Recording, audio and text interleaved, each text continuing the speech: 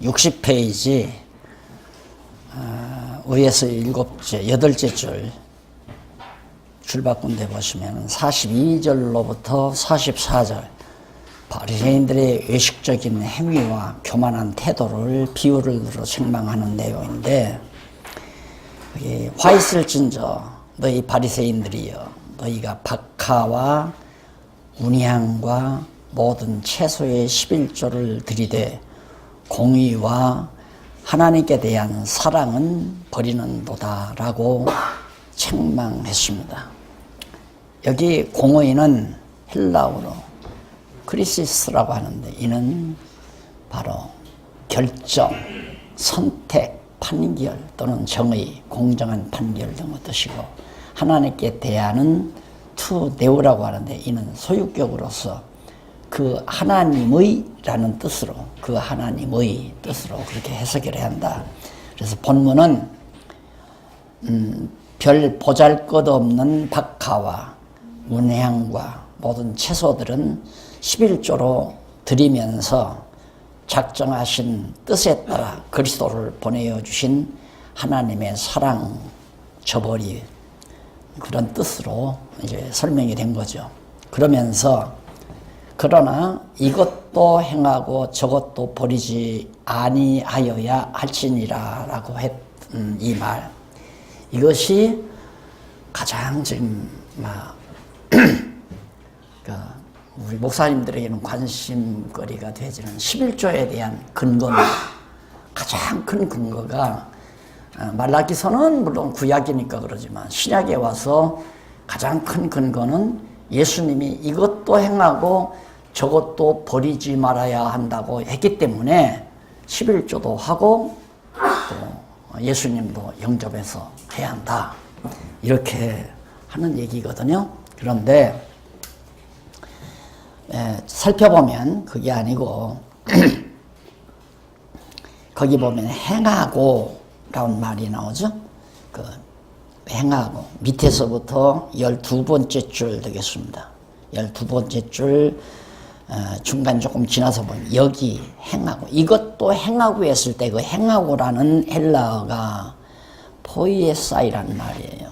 그런데 이는 부정사 과거 능동태로서 어떻게 번역해야 되느냐면, 과거니까 행했어야 했고 그 말이에요. 그것을 행했어야 했고라고 번역된다. 따라서 본문은 그러나 이것들도 행했어야 했고 또한 그것들 역시 버리지 말아야 한다라고 번역이 돼야 된다. 그러니까 앞에서 박하와 요양과 근처의 11조도 행했어야 했고, 예수님 오신 이전, 이건 이제 구약 아니에요. 구약 시대는 당연히 채소나 근처의 유양 11조 이건 행했어야, 행했다, 이건 과거란 말입니다. 행했어야 했고, 부정사니까 행했어야 했고, 그 다음 이제 이것도 행해야 한다. 의와 인과 신은 버렸느니라. 그러니까 하나님의 사랑도 영접해야 했다, 그 말이에요. 거기 보면 그 얘기 나오죠. 행했어야 했고, 따라서 본문은 그러나 이것들도, 이것들이란 말은 근처에 11조 이런 것들만, 이것들도 행했어야 했고 또한 그것들 역시 그 의와 인과 신, 마태복음에는 그렇게 나오죠. 그러니까 그것이란 말은 공의와 하나님의 사랑을 말하는 거죠. 그것들 역시 버리지 말아야 한다. 그 말은 오신 예수 그리스도를 너희들이 배척하거나 버리지 말아야 한다. 이건 구약시대의 근처의 11조는 행했어야 했고, 바로 예수 그리스도를 너희들이 배척하지 말아야 한다, 그 말이에요. 그러니까 왜냐하면 여기 11조란 10분의 1, 11조라고 하는 것은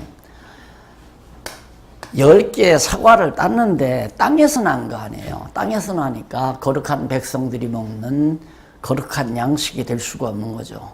하늘로서 온 만나, 거룩한 양식으로 내려온 하나님의 만나를 광야에서는 먹었기 때문에 11조가 필요 없지만은 가나안 땅 들어와서 땅에서 나는 음식을, 양식을 먹으니까 그걸 거룩하게 하는 방법이 뭐냐면 사과 10개를 땄으면 그 중에 하나를 구별해서 제물로 드리면 나머지 9개가 다 거룩한 사과가 돼서 하나님의 백성들이 먹어도 된다. 이런 것을 하나의 모형적으로 가르친 거란 말입니다. 그러니까 이것은 장차 예수 그리스도를 통해서 한 분 예수 그리스도가 제물로 드려짐으로 모두가 다 거룩한 백성이 되는 것처럼, 그와 같은 진리처럼 역시 우리가 다 부정한 백성이지만, 다 불결하고 더러운 백성이지만 그리스도 한 분이 제물로 드려짐으로 거룩한 백성이 됐다. 그러니까 당연히 구약시대 이런 모형적인 11조를 너희들이 드렸다면 참 한 분 구별받아서 제물로 드려주신 예수 그리스도를 너희들이 영접해야 이분을 통해서 너희들이 다 거룩한 백성이 되는데 이분을 배척해서야 되겠느냐. 지금 그러면서 책망하는 내용이거든요. 그런데 이거 번역 하나를 잘못해가지고 부정사, 과거 부정사를 갖다가 행해야 하고, 해야 하고, 이것도 해야 한다. 11조도 드려야 되고, 예수 그리스도도 영접해야 된다. 이런 식으로 번역을 해놓으니까 이것이 유일한 11조의 근거예요. 그런데 우리가 이렇게 되기 때문에 보세요.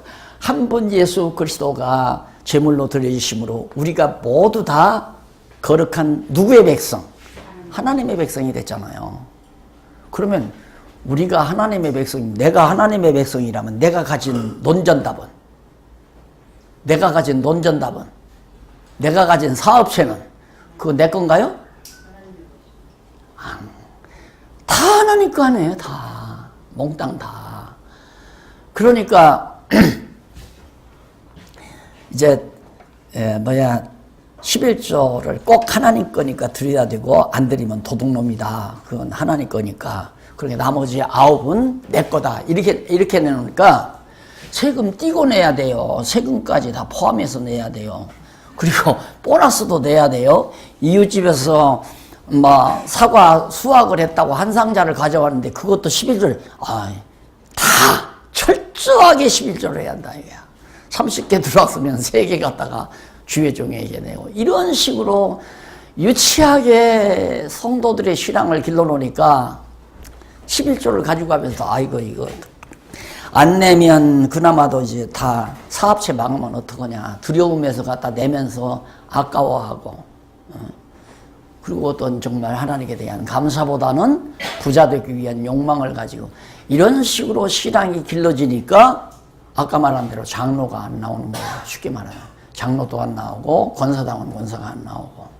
그러면 우리 성경대로 제대로 이건 그림자고, 11조는 이건 모형과 그림자고, 예수 그리스도가 우리를 제물로 드려주실, 그래서 우리가 다 주의 사랑 하나님의 것, 사나 죽으나 주의 것이로다 했을 때 몽땅 다 주의 것으로 만들 것에 대한 하나의 모형이란 말입니다. 이 11조라고 하는 것이. 그러면 11조의 모형대로 진짜 예수 그리스도가 오셔서 우리를 대신해서 제물로 드려주심으로 우리가 다 하나님의 백성이 됐는데, 사업이고 돈이고 건강이고 지혜고 모두가 다 지금 은행에 통장 있는 것도 누구 거? 하나님 거라 이 말입니다. 그렇게 가르쳐 놔야, 그렇게 옳게 성경대로 깨달아야, 금년에도 매상고가 한 20억 올라가지고 순수익이 한 10억쯤 됐다. 하나님이 왜 이것을 나에게 맡기셨을까? 하나님께서 10억이라는 돈을 왜 나를 줬을까 아니라 나에게 그 돈을 맡기셨을까? 왜 청지기로 맡겨놓은 거 아니야?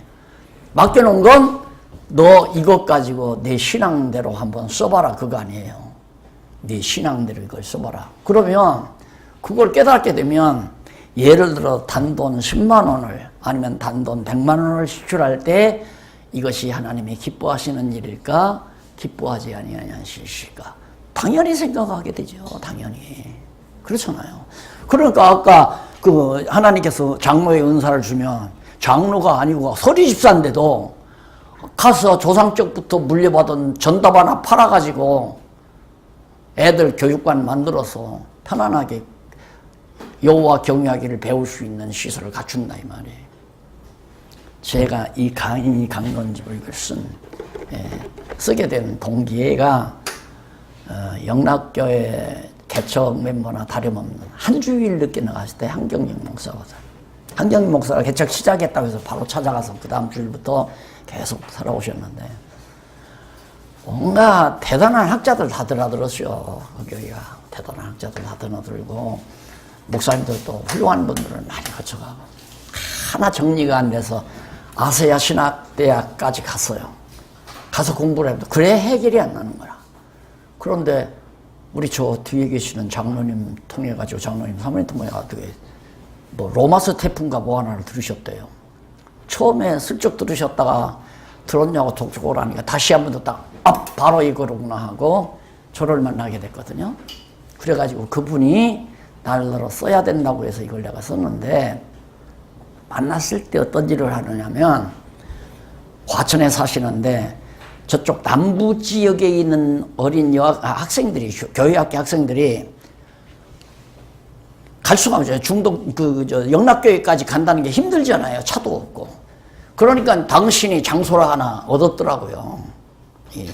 장소를 하나 얻어가지고 거기서 그 지역 학생들을 따로 모아서 학생들 다 교사들 전부 다 뒷바라지 해가면서 교회 학교를 경영하는데 피곤하죠. 근데 그때는 그렇게 해야 된다고 이제 공로를 쌓아야 되니까 그것 때문에 이제 하면서도 피곤한 거예요. 기쁨도 없고. 근데 이거 깨닫고 나서는 그냥 다 공로를 쌓기 위해서 하다가 보니까 괴로웠을 거 아니에요. 힘들고 다 걷어치고 그다음 평안을 얻고 그다음 당신이 직접 이 성경을 막 이제 가르치고 전하고 기쁨으로 즐겁게 그렇게 사시다가 얼마 전 몇 달 전에 하나님께 가셨어요. 그분이 이것을 사실상 그분이 독촉해가지고 시작을 했고 많은 그 출판비도 그분이 그렇게 막 해서 결국 이게 나온 겁니다. 그래서 목사님들이 편리하게 공부하게끔 만들어 놓은 거예요. 왜? 그것이 가치 있다고 생각하니까 몇 천만 원도 출판비가 몇 천만 원씩 들어가도 그것도 아까운 거 없이 당신이다. 누가 하라고 해서 하나요? 당신이 그냥 다 한 거죠. 그러니까 성도들이 그렇게 자발적으로 자기의 신앙에 의해서 사명감과 또한 자기가 받은 은사를 위해서 자기 생명도, 자기의 삶도, 자기의 소유도, 자기 소유가 아니지. 하나님이 맡겨놓은 모든 재물과 지혜와 건강 모두 다 하나님의 영광을 위해서 살게끔 만들어 가야 하는 것이 바로 이 성경신학이 제창하는 원리입니다. 그게 성경의 원리고. 그래서 어떤 제도에 의해서 성도들은 뭐 얼마를 내야 한다. 집사는 얼마, 권사는 얼마, 장로는 얼마 이렇게 제도나 규칙이나 어떤 형식을 만들어 가지고 교인들을 그런 어떤 법적, 행정적 제도권 하나에 가둬놓고 기르는 게 절대 아니다 이거예요. 성경에 아무 데도 그런 게 없어요. 그냥 놔주죠. 놔먹이는 거지. 그러니까 꽃비를 매서 성도들의 신앙을 기르는 게 아니라 풀어놓고 방목하는 거죠. 그냥 방목. 방목하는 양떼들이 더 훨씬 건강하잖아요. 토종닭도 방목하는 토종닭이래야지 가둬놓고 기르는 토종닭은 약 잘 안 돼요. 그냥 방목한 토종닭이래야 그게 진짜 오리지널 토종닭이지. 성도들도 가두지 말고 그냥 놔먹여야 제대로 건강하게 큰다니까요. 그래서 이런 강의를 하게 되면 박목사는 11조 하지 말란다. 나는 더 무서운 사람이에요. 내가 만약에 뺏는 걸로 하면 나는 몽땅 다 뺏어야 이 한이 풀리는 사람이에요. 열이 하나만 내는 거 보면 감질나서 못 견딘다. 저 사람이 몽땅 인생을 주를 위해서 거는 걸 봐야 속이 풀어지지. 그래서 나는 다 가능하다고 생각해요. 가능한 게 아니라 나는 임상을 거치는 사람 아니에요. 임상을 거치는 사람. 실제로 성경을 가르치다 보니까 그렇게 되더라 이 말입니다. 나는 누가 목회비 보장하는 사람이 없어요. 행정적으로 박 목사님 한 달에 얼마씩 그거 없어요. 그래도 밥 먹고 여기 왔잖아요.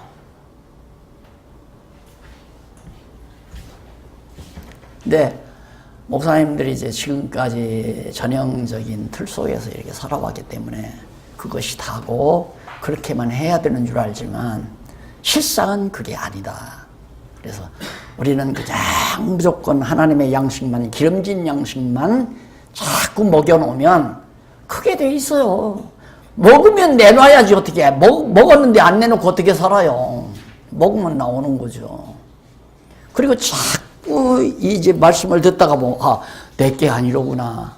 부동산 지금 땅 2만 평 있는 것도 내 것이 아니로구나. 저 아파트도 내 게 아니로구나. 하나님께서 잠시 나로 하여금 일하는데 편리하니까 잠시 나에게 맡겨놓고 사용권을 주신 거구나. 이렇게 생각하다 해지게 되면 놀라운 힘이 발휘되게 돼요. 놀라운 힘이.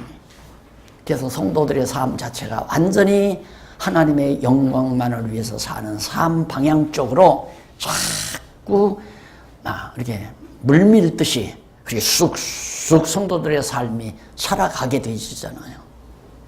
이런 운동이 우리 한국교회에 일어났으면 하는 간절한 바람을 가지고 오늘도 저는 이 자리에 서 있는 겁니다. 자, 11장 45절로 54절. 율법사의 외식과 온 선지자들을 죽인 악한 행위. 너놈들 이렇게 11조 드렸다고 의롭고 대단한 건 근체와 무양과 이거 대단하다고 너희들 생각하고 외식을 떠는데 이건 그림자야. 그런데 정작 진짜 너희들을 거룩하게 하실 제물이 되신 예수 그리스도를 배격해 이 나쁜 놈들하고 그 율법사들 외식하는 놈들 전부 외식적으로 이런 거나 나는 11조를 다 드렸나이다.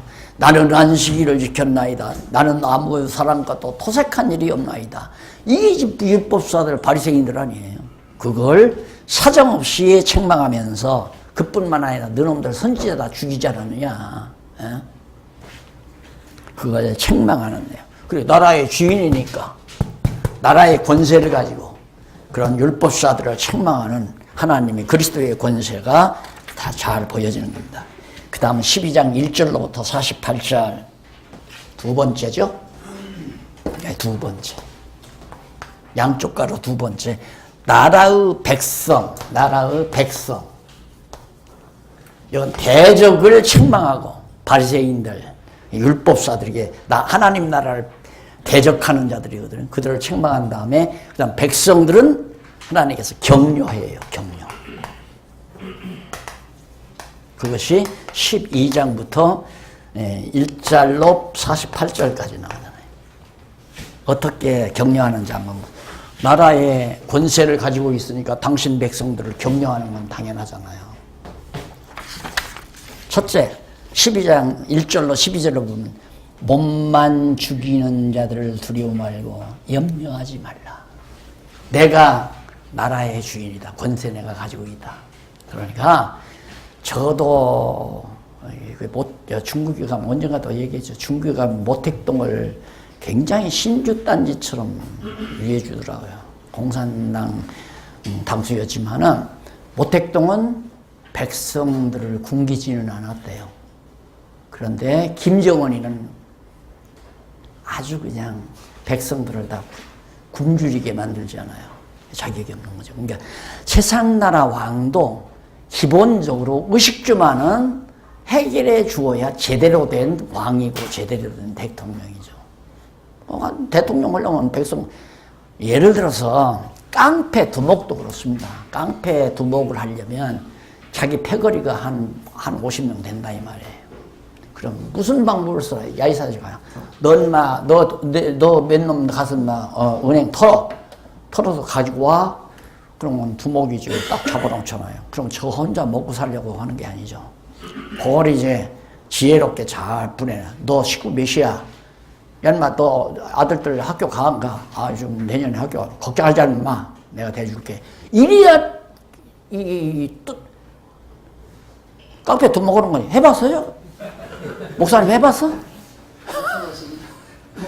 그래야 깡패 두먹이에요. 오야봉이라는 게 그거 아니에요. 오야봉. 예.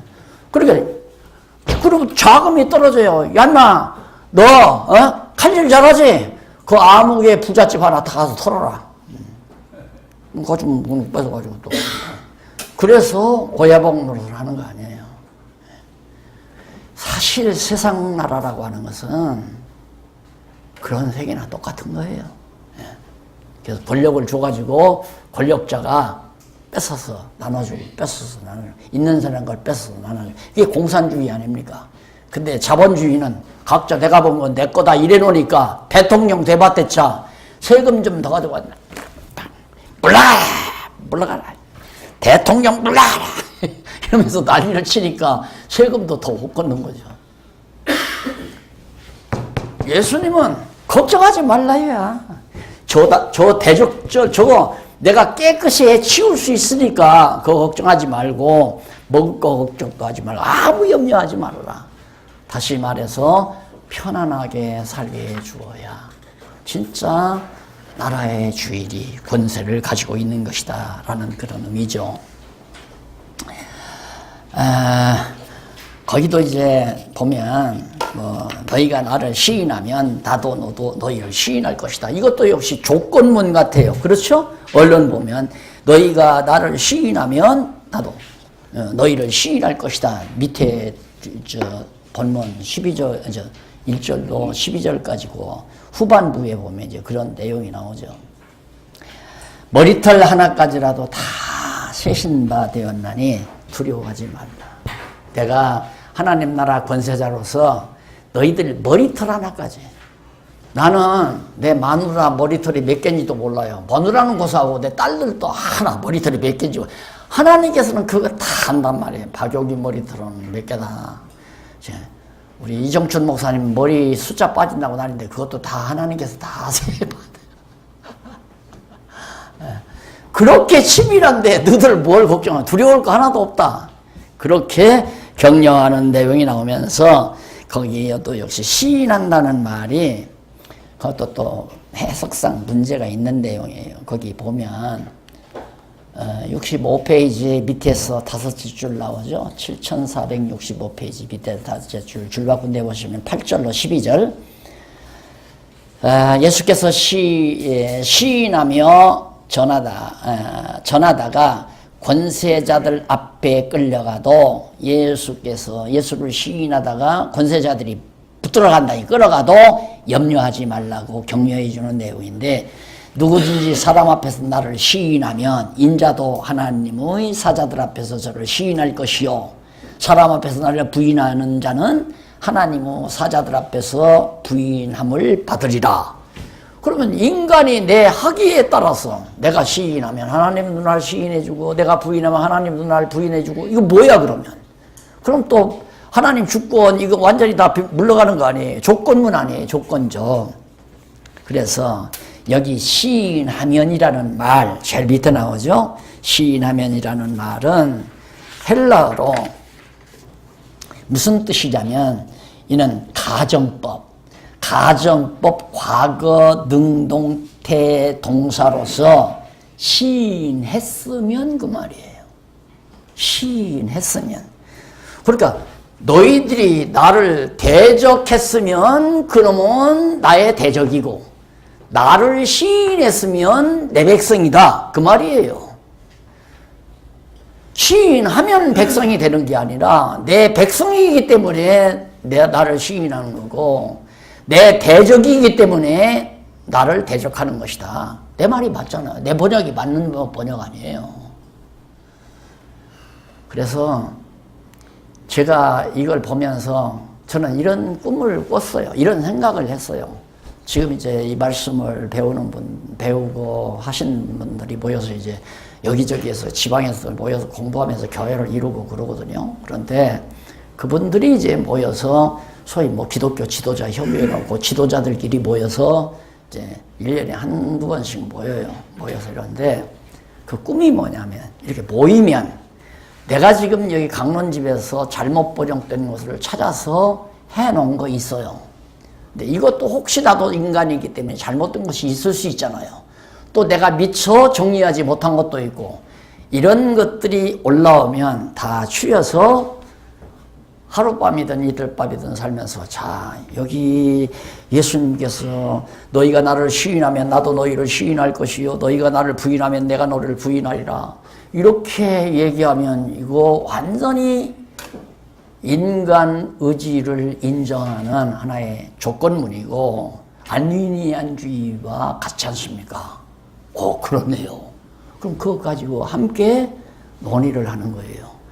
거기서는 이제 원어에 능란한 사람도 있고, 또 이 문장을 바르게 잘 주어, 동사, 목적, 보어 이거 문법적으로 잘 분류하는 사람도 있고, 그래서 고민을 하고 2시간도 고민하고 함께 그 문제로 고민하면서 앞으로 보는 거예요. 그게 아니네요. 했으면 너희가 과거에 나를 대적했으면 나의 대적이고, 너희가 나를 왕으로 모셨으면 나를 영접했으면 나도 너희가 내 백성이다. 백성이기 때문에 영접한 거다. 그런 의미로 맞습니다. 어학적으로 틀림이 없고 이거 번역 잘못된 겁니다. 이렇게 하나하나 더 미처 강론집에서 다 일일이 하지 못한 것 찾아내가지고 우리 후배들이 그렇게 해서 점점 더 성경신학을 매끄럽고 완벽하게 만들어가는 작업이, 나 죽은 후에라도 이렇게 생각이, 내가 이제 그런 꿈을 꿔요. 앞으로 그런 모임들로. 그러니까 그게 초대교회에 있었던 것들이거든요. 바울이 막 먹는 제사음식, 무슨 목매달아 죽인 고기 이런 피 먹고 이런 것 때문에 막 교회가 난리가 났잖아요. 온 교회들이. 그러니까 얼른 바울이 예루살렘에 가서 지도자들끼리 모여가지고 그걸로 토론하잖아요. 어떻게 했으면 좋겠냐 이거. 유대인들로서는 그 먹는 거 하든 아무것도 이방인들로서는 제사 음식을 먹거나 피를 마시거나 무슨 상관이 있겠느냐. 그러나 우리 유대인들로서는 정말 그건 도저히 봐줄 수 없는 것이다. 이걸 어떻게 해결할까? 그래가지고 야고보가 그런 건동 문제는 이렇게 해결하면 어떻습니까? 그러고 야, 그거 참 좋다. 그래가지고 결정해가지고 가서 그거 먹어도 좋고 안 먹어도 좋고 상관은 없는 거지만 유대인들이 너무너무 혐오적으로 느낀다. 그러니까 우리도 그래. 지금 이때 지금 보신탕 한두 그릇 먹어야 되잖아요, 우리는. 그렇죠? 목사님. 토르샵스로 다니잖아. 네, 보신탕.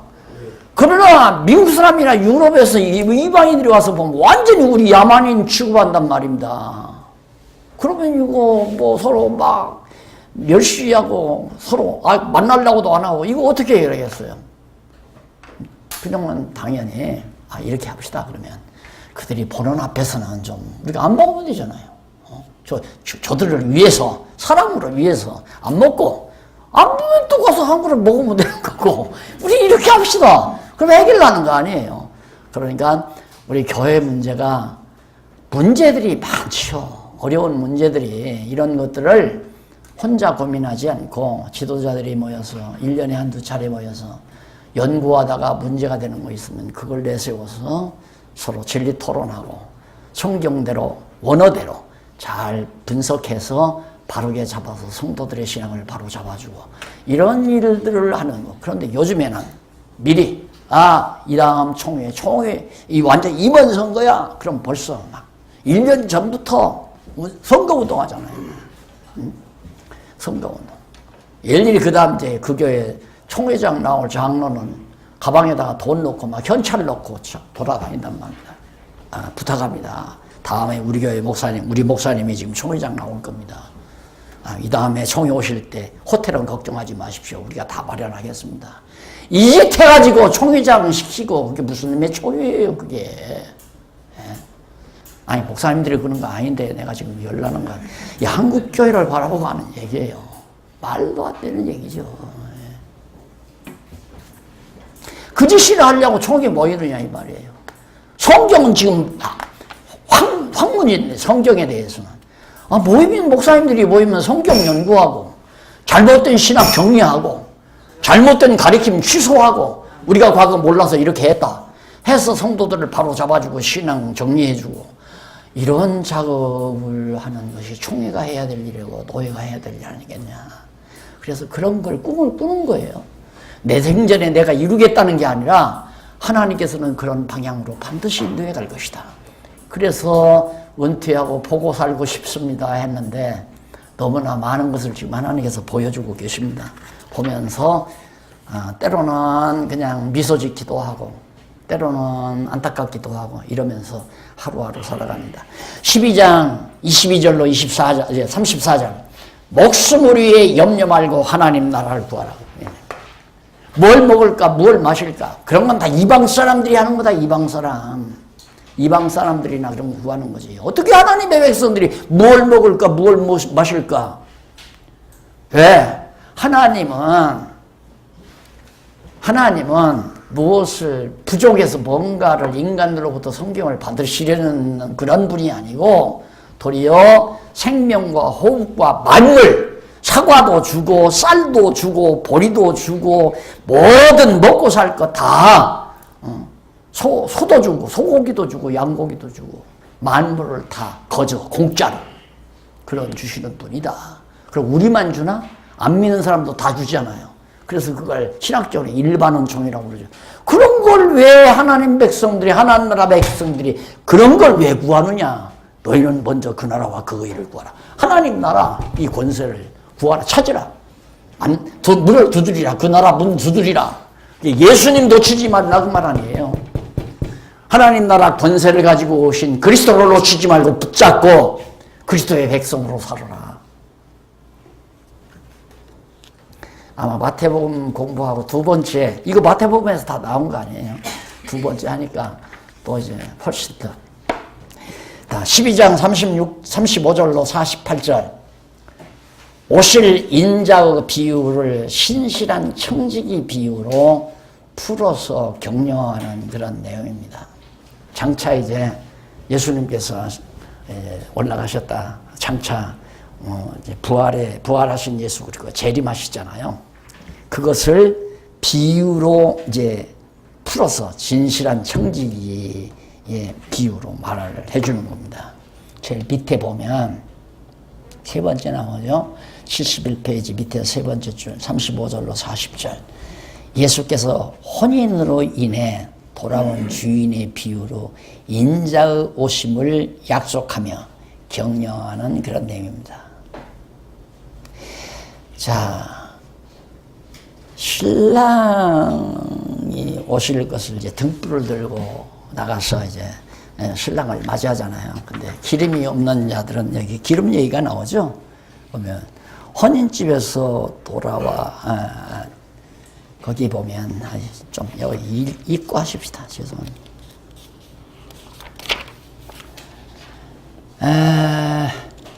거기서부터 밑에서 세 번째 줄 혼인으로 인해 돌아온 주인의 비유로 인자를 이제 증거하는 내용인데 예수께서 제자들에게 허리에 띠를 띠고 등불을 켜고 서 있으라. 너희는 마치 그 주인이 혼인집에서 돌아와 문을 두드리면 곧 열어주려고 기다리는 사람과 같이 되라.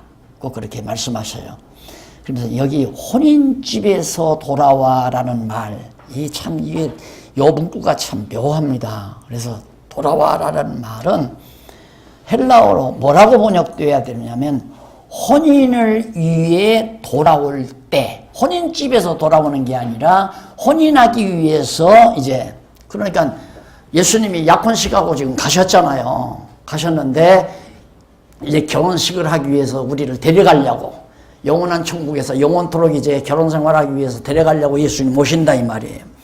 그래서 혼인집에서 돌아와라라는 말이 혼인을 위해 돌아올 때로 번역된다. 따라서 본문은 너희는 마치 그 주인이 혼인을 위해 돌아올 때 문을 두드리면 곧 열어주려고 기다리는 사람과 같이 허리에 띠를 띠고 등불을 켜고 서 있으라. 이는 신랑 되신 예수께서 재림하실 때에 영접할 모든 준비를 하고 있으라고 비유로 말씀하시는 내용이라고 거의 다 설명했죠. 그러면서 밑에 41절로 48절 밑에서부터 7째 줄 나와요. 예수께서 신실한 청지기 비유를 풀어서 인자의 오심을 예비할 것을 격려하므로 재림을 예비해라. 그래서 예수님께서 장차 이제 재림하실 참 영원한 하나님의 나라. 지금은 자꾸 대적자들이 우리 주변에 들끓지 않아요. 그런데 예수님이 이제 재림하시면 그때는 대적을 쳐 멸해버리고 참 평화로운, 그것이 이제 구약 시대에는 다윗 왕과 솔로몬 왕 시대로 비유가 되죠. 그러니까 솔로몬이 이제 우리가 아가서 공부 안 했잖아요. 아가서에 보면 처음에 사랑의 언약을 못생긴 술람이 여자하고 사랑의 언약을 맺어요. 언약을 맺고 언약대로 중간에 결혼식을 해요. 그래서 결혼 생활을 아주 하는데, 그때가 언제냐면 다윗 왕과 솔로몬 왕 때를 말하는 이스라엘 민족사를 이제 아가서라는 그런 시문학적 방법으로 여호와를 찬양한 거거든요. 그러니까 아브라함과 이삭과 야곱에게 사랑의 언약을 맺은 다음에 그 언약대로 이스라엘 민족과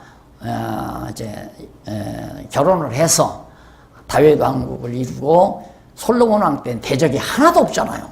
왜? 다 쳐 물리쳤으니까. 다윗이 골리앗 장군을 비롯해서 이방 나라 다윗이 진격만 하면 다 쳐 물리치는 거라. 그리고는 솔로몬 때는 아예 쳐들어오지를 않아. 대적이 없어 뿌려요. 그래서 최고로 평화로운 시대죠. 그때가 이제 예수님과 우리가 결혼할 때 영원한 천국에 대한 하나의 비유예요. 한 예표고. 그래서 예수님이 지금은 대적들이 있어서 골리앗 장군도 쳐들어오고 모압도 쳐들어오고 암몬도 쳐들어오고 이렇게 블레셋도 쳐들어오고 자꾸 그러지만은 이제 내가 와서 다 쳐들다 처치해서 우리 결혼해가지고 정말 평화롭고 아름다운 세상 산다. 걱정하지 말라. 여기까지 예수님께서 이제 권세에 의한 사역을 통해서 이제 교훈한 내용입니다. 그 다음에 이제 다 지우고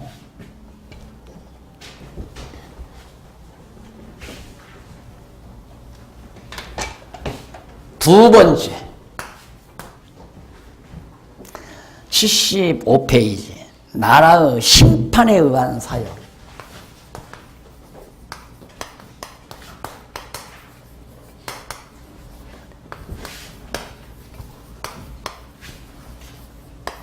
이게 이제 후반부죠. 12장. 누가복음 12장 49절로부터 17장 19절까지. 여기까지 나오는데. 나라의 심판, 이제 하나님의 나라를 이제 나라가 심판권이 있잖아요. 심판은 대적들을 다 심판한다는 얘기죠. 그러니까 그 심판은 예수님 재림하시면 이루어지게 돼 있잖아요. 이루어지는데 딱 보면 마지막 예수님이 이제 천년왕국 아닙니까? 이게 천년왕국. 이때 예수님이 딱 오셔서 무저갱에다가 이때 완전히 맡겨놓고 활동하게 했던 바로 무저갱의 짐승 권세, 사단의 권세, 뱀의 권세죠. 옛 뱀이요 마귀 권세.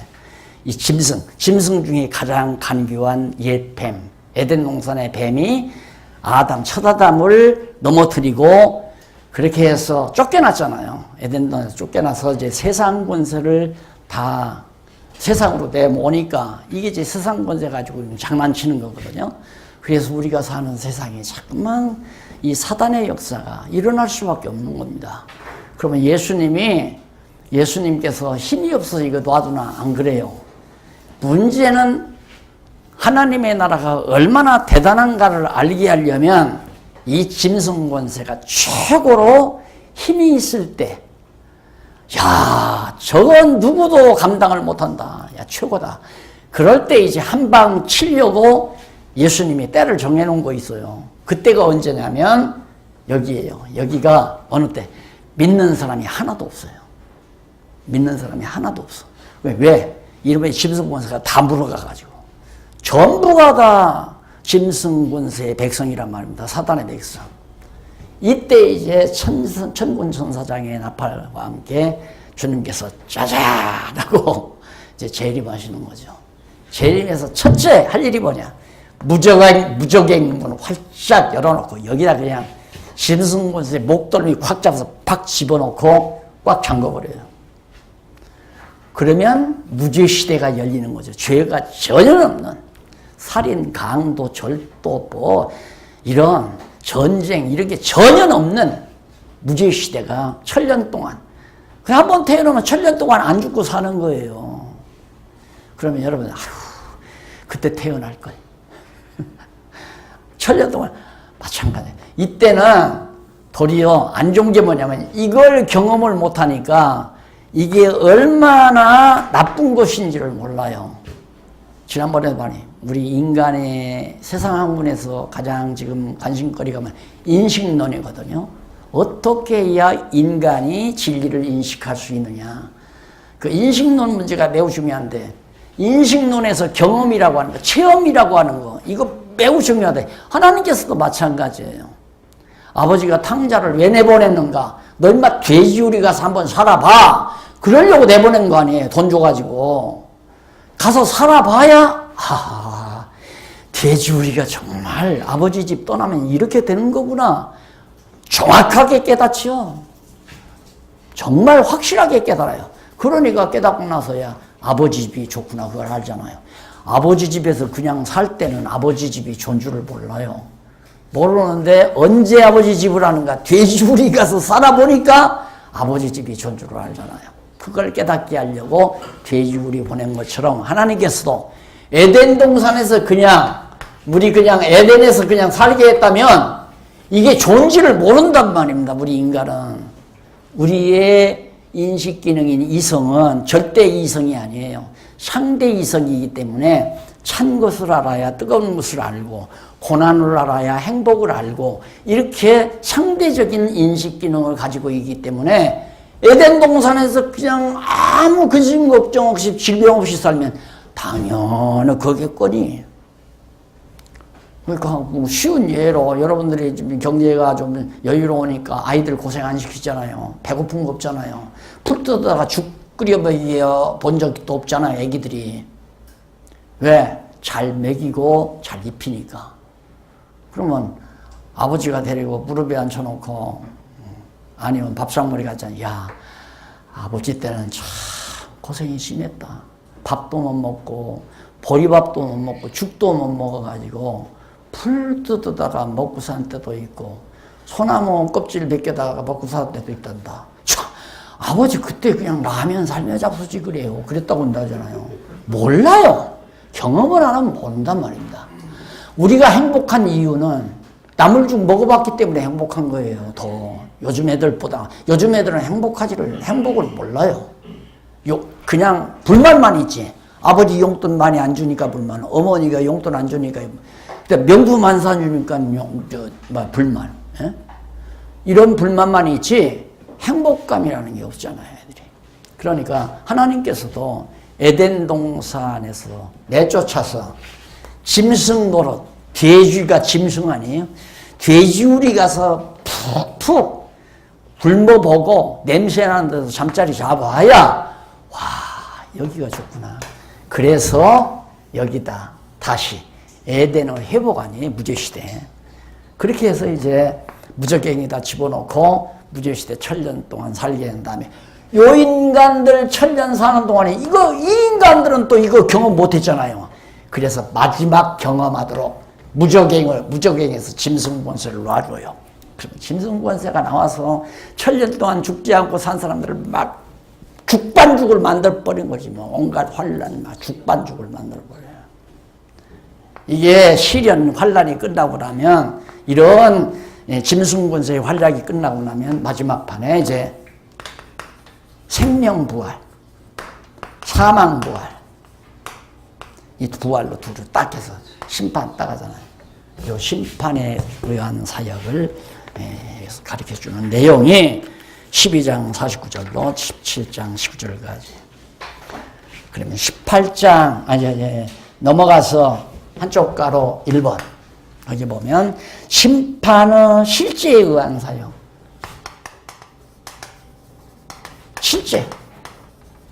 실제로 심판해요.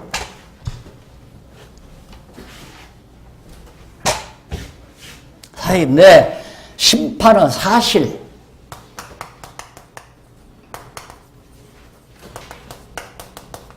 아주 이 제목 자체가 핵심을 여기서 아무리 바빠도 한마디 하면 JTBC 방송을 가끔 보면 막 뭐 정치부 담당, 뭐 국회 담당, 청와대 담당해서 담당자들을 한 너댓 명 이렇게 해놨더라고요. 사회자가 있고. 그럼 이제 뭐 정치부 담당자가 나와서 이제 한국 정치 상황 싹 보도를 해요. 그러면 마지막 사회자가 그걸 딱 간추려서 몇 마디로 딱 요약해서 제시를 하더라고요. 그래 큰 글자로 쫙 나오고. 야, 많이 발전했다 싶어요. 그러니까 복잡다단한 정치 문제들을 간단히 말 몇 마디로 요약하는 거 똑같은 얘기. 나도 저거 하라면 잘하겠다 싶어요. 사회하라면. 그 성경 이게 지금 12장 49절로부터 17장 19절이 많잖아요. 상당히. 그런 많은 내용의 요점이 뭐냐면 결국 하나님의 나라로 오신 예수 그리스도께서 심판에 의해서 사역을 당신이 심판주의 사역을 하는 내용이 바로 12장 49절로 17장 19절까지로구나. 딱 요약되는 거거든요. 그러니까 계속해서 심판은 실제 가운데서 심판은 사실. 실제로 예수님께서 심판을 하는 거거든요. 그것이 12장 49절로부터 59절까지 불이 붙을 시대의 분별과 옳은 것을 판단치 못함을 질책하는 불이 붙는다. 이 불 붙는다는 말은 심판의 역사를 이게 불세례라고 하는 게 심판의 역사를 말하는 게 아니에요. 심판의 역사. 택자와 불택자를 심판하는 역사가 불세례란 말입니다. 성령 세례는 우리를 거듭나는 하나님의 백성으로 거듭나게 하는 역사가 바로 성령 세례고. 자, 그런 내용을 그래서 거기 이 불이 붙었으면 내가 불을 땅에 던지러 왔노니 이 불이 붙었으면 그 말은 뭐냐면 내가 심판하러 세상에 왔는데 이것이 좀 붙었으면 얼마나 좋겠는가. 무엇을 원하리요? 나는 받을 세례가 있으니 그 이루기까지 나의 답답함이 어떠하겠느냐. 예수님께서 받을 세례가 있다. 그게 불세례예요. 그러니까 예수님이 십자가에 못 박혀 죽으시잖아요. 그러면 우리가 받아야 될 심판, 하나님의 택한 백성들이 받아야 될 심판을 나라의 주인이 되시는 예수 그리스도가 대신 받기 위해서 십자가에 죽는다 이 말이에요. 이게 좀 심판을 받는 거죠. 죗값을 치르는 거 아니에요? 이것이 바로 불을 던지러 왔다 그 말이에요. 이 불이 붙었으면 얼마나 아직도 내가 이제 십자가에 못 박혀 죽어야 되는데, 그래 겟세마네 동산에 올라가셔서 예수님이 고민하면서 기도를 하잖아요. 좀 떠나게 해달라. 이 불이 이 십자가의 고난이 좀 떠나게 해줄 수 없습니까? 하지만 내가 온 것은 불을 던지러 왔습니다. 심판받으러 왔다 이 말이죠. 그러니까 이 불이 빨리 붙어서 심판이 행해져야 되는데 예수 그리스도를 십자가에 못 박혀 죽인 자들이 부활하심으로 말미암아 그들이 그때로부터 또 심판을 받잖아요. 그러니까 완전히 나라의 심판, 실제 사건 속에서 그 사실이 뭐냐면 예수님이 십자가에 못 박혀 죽으시는 사실을 의미하는 것이다. 그러면서 이제 거기 쪽에 보면 7478페이지 중간에 보면 4절, 49절로 53절 나오죠. 예수께서 불을 던지러 오셨다며 가족 간에 서로 분쟁할 것을 예고하는, 이제 당차 예수님을 통해서 가족 간에 예수를 믿는 자와 믿지 않는 자가 분쟁하고 나라와 나라끼리 분쟁하고 일어난다 이거죠. 그 그 다음 54절로 56절 예수께서 천지의 기상을 분별하는 예를 들어서 시대의 분별을 못하느냐 것을 지적합니다. 그러니까 장차 예수님이 이때 이제 오실 때 분별이란 이제 복음이 땅끝까지 증거가 돼야 되는데 증거되는 과정에서 유대인의 때가 나오죠. 여기가 이방인의 때고. 그래. 예수님 오실 징조는 이방인의 구원이 끝나야죠. 중국도 거치고 인도, 파키스탄, 아프가니스탄, 뭐 그 지역, 이란, 이라크 다 복음이 들어가고 유대에 들어가면 유대인의 시대가 오는 거죠. 이제 유대인의 시대가 왔다는 것은 예수님 재림이 임박했다는 얘기예요. 그럼 유대인이 시대가 오면 민족적으로 회개하고 우리 돌아와서 그냥 정말 예수 잘 믿는 거 아니에요. 그것도 또 부패예요. 유대인 교회도 또 부패하는 거예요. 초기야, 야, 우리가 정말 예수를 십자가에 못 박아 죽였구나 깨닫고 돌아오지만 조금 지나면 완전히 이 짐승 권세 이거하고 이제 놀아나는 거예요. 타고 놀아요. 음료와 짐승이 같이 타고 놀아요. 이럴 때가 바로 주님 오실. 이걸 왜 분별 못하느냐 그 말이에요. 이걸 분별해야 한다. 그러니까 복음이 이방인에게 다 되고 유대인의 때가 오고 거짓 선지자들이 일어나고 그 다음 짐승 권세와 음료가 같이 놀아나고 이게 종교 세력과 세상 정치 세력이 같이 놀아가고 이게 이제 바로 유대인들이 마지막 지금 로만 캐토릭이 무슨 WCC라든가 또 무슨 에큐메니칼 운동이라든가 종교 다원주의라든가 이런 거에 의해서 종교 통합을 이루고 난리를 치지만은 결국은 그걸 누가 이용해? 내가 볼 때 유대인들이 다 걷어잡아 버려요. 그래서 종교 세력과 세상 정권 세력을 유대인들이 다 걷어잡고 자기들이 세상에서 이것이다. 나올 때 바로 예수님께서 재림하신다. 예수 재림의 징조들이 성경을 보면 쭉 그게 나타나죠. 자, 그런 내용들이 나오면서 13장 1절로 9절에 보면 다른 자들처럼 예루살렘 거민도 망한다고 비유로 경고합니다. 지난번 마태복음 공부할 때 먼저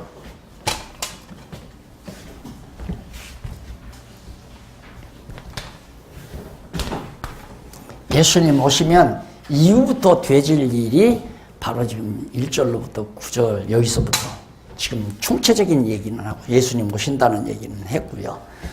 이것은 점심 잡수고 여기서부터 점심 잡수고 계속해서 하기로 수고하셨습니다.